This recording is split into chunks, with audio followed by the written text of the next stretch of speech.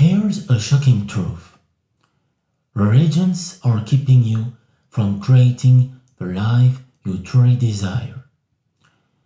Have you ever felt that? Like something's holding you back. And maybe you have desires, visions, impulses, dreams that burn strong inside you, but you don't dare. Or worse, maybe you feel guilty for even having them. And why do you think that is? So the reason for that is pretty simple. You were taught to be afraid of judgment, afraid of making mistakes, afraid of wanting more, afraid of being you, of being who you really are. And very often, that fear has been dressed up in a costume. And I think you know what I'm talking about here. This costume is religion. And they told you that some would be saved, but a small group, and sometimes even with a precise number. For example, 144,000, an elite closed off among themselves.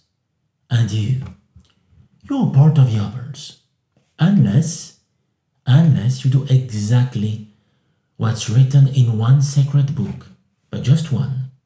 No more than that, okay? And maybe that's why you thought you had to earn your place in this planet Earth. So you cut yourself off. You cut yourself off from others. You cut yourself off from yourself. And you may have even cut the connection to the divine within you. But let me tell you something that is really important. All of that. It's the complete opposite of what allows you to create your own reality. The complete opposite.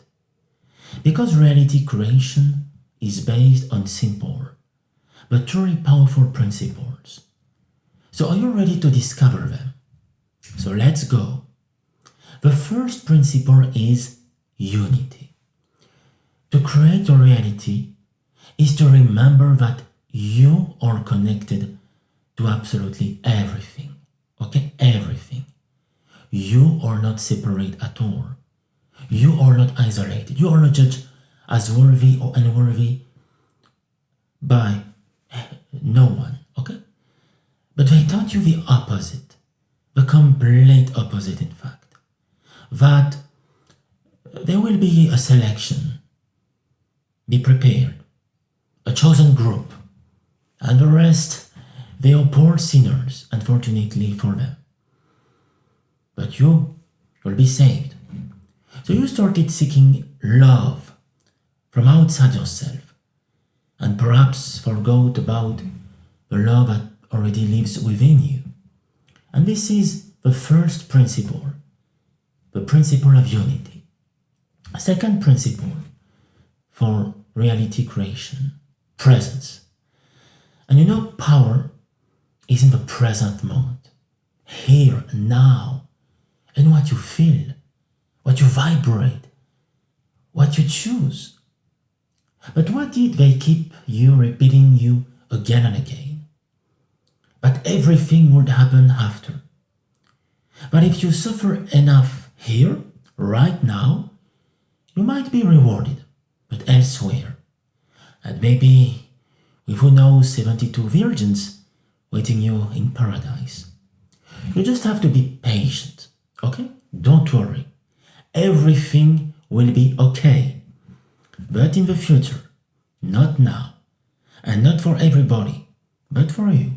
So be patient and pray.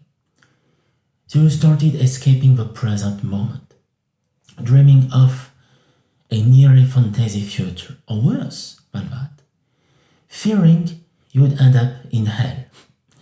Another fundamental principle of reality creation, don't underestimate it. Love. And unconditional love, more precisely, not conditional love. Unconditional love says you are perfect, even in chaos, even in what you think is imperfection. This is unconditional love, but not conditional love. Okay? But most of the time, that's what the complete opposite that was proposed to you. Fear. Fear of sin, fear of making a mistake, fear of being yourself. And you learn to judge yourself, to monitor yourself, or to be judged. Another point here, a savior. But someone will come save you. A messiah, a master, some external figure. So you don't move, you pray, and you hope.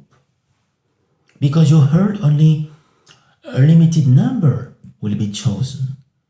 144,000, for example, not one more. And you know what? No one's coming.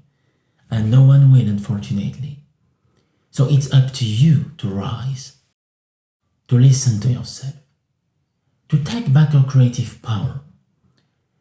And then there is, that idea of merit through suffering. As if the more you suffer, and the more points you earn, as if happiness has to be earned. So you self-sabotage. You sabotage your relationships, or your money, or even your projects, your joy, your inner joy. Because deep down, you are told again and again that it's almost shameful to feel good. And sometimes you were even told you are not part of the right people, that you're kind of foreigner. You are tolerated, but in a world reserved, for example, for initiates, for an elite. So what did you do based on that? Maybe you started living life as a permanent outsider and not understanding why you always feel excluded, not really quiet in your place. You see where I'm going with this? Because that's really important. These kinds of programs, they are not neutral. Not at all.